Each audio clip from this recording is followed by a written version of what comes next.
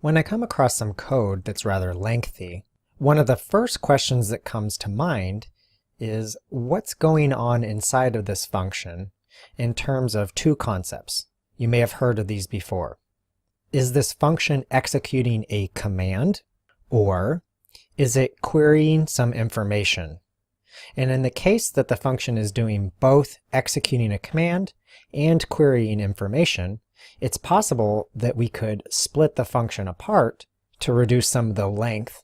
At the same time, we can increase some of the understandability of the function because we're teasing apart potentially two separate functions that could stand alone and actually may even be simpler in the process of splitting them apart. In the case when a function does two things, this technique is known as command query separation or segregation. And in the case of dropping a card, we know that this function will go ahead and add the card to the foundation pile if, according to the rules of solitaire, the card can be dropped onto the foundation in the foundation's current state.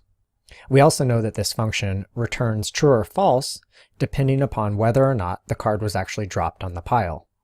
Now, I don't know that I would quite consider returning true or false in that case as querying something, but it is returning information.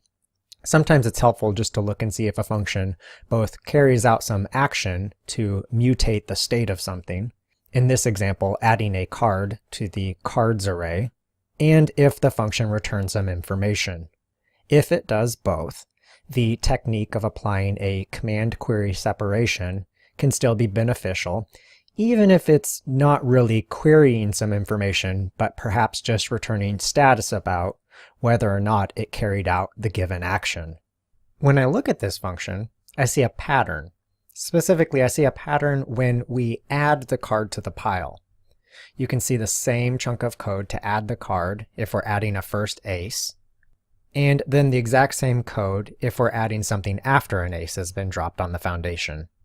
In both of these cases, we check some condition to decide if we should drop the card on the pile. That same condition is also obviously used to determine if we actually drop the card on the pile. So that same condition helps us build up our accepted card Boolean variable, helps us set that true when we drop a card, and then we return that from this function when we're done. So the querying aspect is in determining if the card can be dropped. The command aspect is in placing the card on the pile. What if we had another function that first checked if we could drop the card on the pile, and then we use that to drop the card on the pile and tell the caller whether or not we drop the card on the pile? So what if right after the drop card function, we create a canDropCard function, a function that takes a card, and then what if we move the logic to determine if we can drop the card into this function? To do that, I'm just going to copy everything inside of the dropCard function. I'm going to paste it into the canDropCard function. And then let's just get rid of the part that adds the card to the pile. So we'll get rid of this line, and we'll get rid of this line. So all we're doing in this function now is determining if we can drop the card on the pile. So instead of accepted card, let's just rename that to canDropCard. The same name as our function. So if the pile is empty and we have an ace, we can drop it on the pile. Otherwise, the card has to match the same suit and be the next rank of that suit. If that's the case, then we can drop the card on the pile as well. Otherwise, we'll return false. And then let's go back up to our dropCard function.